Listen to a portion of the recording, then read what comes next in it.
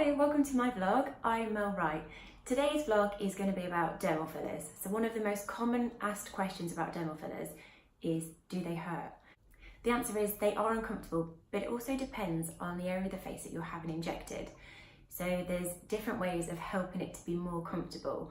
One way is you have a topical anaesthetic cream applied.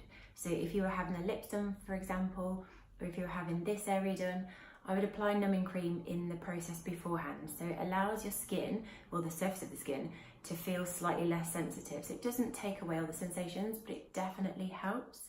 A second way is that each filler that I use has something called local anaesthetic within it. So that again is a numbing agent. So once you've had one area injected, that tends to work on that area.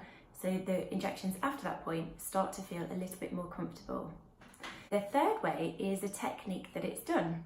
So for most of my injections, I use something called a cannula. It sounds quite scary, but it's actually not. When you use a needle, it basically punctures the skin at every injection point, which can be quite sore.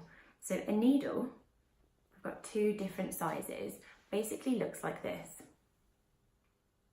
So you have a large needle and a small needle. The large needle is just to show you what it looks like. The small needle is generally the size of the needle that's used on injections. So if I show you on myself, you can basically see, if I was injecting my lip, for example, the needle doesn't go very far, so it means you'd have to have an injection point here, another one here, another one there, or depending on the technique, you'd have one going in that way and continual punctures going all the way along your lip. If, for example, you were having this area done, again, the needle doesn't go very far, so you'd have to have multiple injection points, and it's the same in most areas. If you're using this type of needle. If you were having something like the cheeks done, you would use a needle more of this size, which tends to go directly down to the bone area. And again, you have one blob injected per injection point. The difference with a needle in comparison to a cannula is the needle pierces through things. It's designed to cut its way through all the different textures, which means you basically have more risk of injecting through different structures of the skin, including vessels, nerves, depending on where you're popping the injection. So it does come with its downtime, which basically just means recovery time. Now, my favourite injection technique is to use what's called a cannula. So it looks slightly larger, as you can see. If I hold it up against the size of the needle, it is much larger and it's much thicker. Now, the beauty of this is it's blunt on the end, so if I touch the end, it doesn't stab me in any way. And now the great thing about that is when you're injected with this, it doesn't pierce through any structures like the needle. It basically weaves its way around them.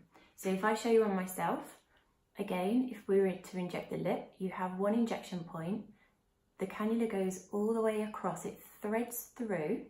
So it's reducing the risk of swelling and bruising because it goes around all those little blood vessels.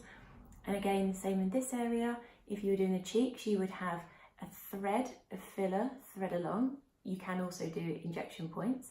And again, your cannula just threads through different areas. So it allows you to have only one injection point in the surface of the skin and this threading deeper. And because of that, it's much more comfortable.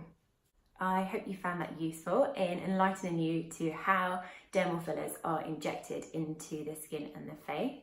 If you have any questions, just ping them over to me. I will happily answer. Thank you for watching my vlog, and I will see you soon.